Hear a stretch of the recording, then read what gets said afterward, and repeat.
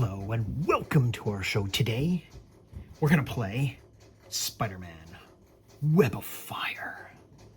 We're also gonna fire off this pack of old school Magic the Gathering cards, along with these old school 90s comic books, because Magic's true intention from the beginning was definitely to include all that sexy IP, right ladies? All that sexy IP. So, without further ado, if we're gonna play this booster, if we're gonna booster, we gotta cut it open, right?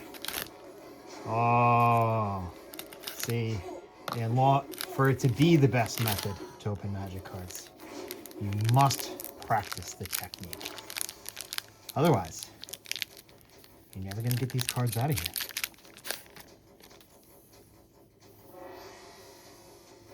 A Doom Dreadnought. Backup. Iron Fist. Pet Avenger. Crimson Operative.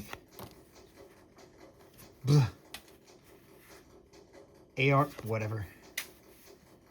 Hydra. Can they even print that on a card? Masters of Evil. Wakanda. Wakanda.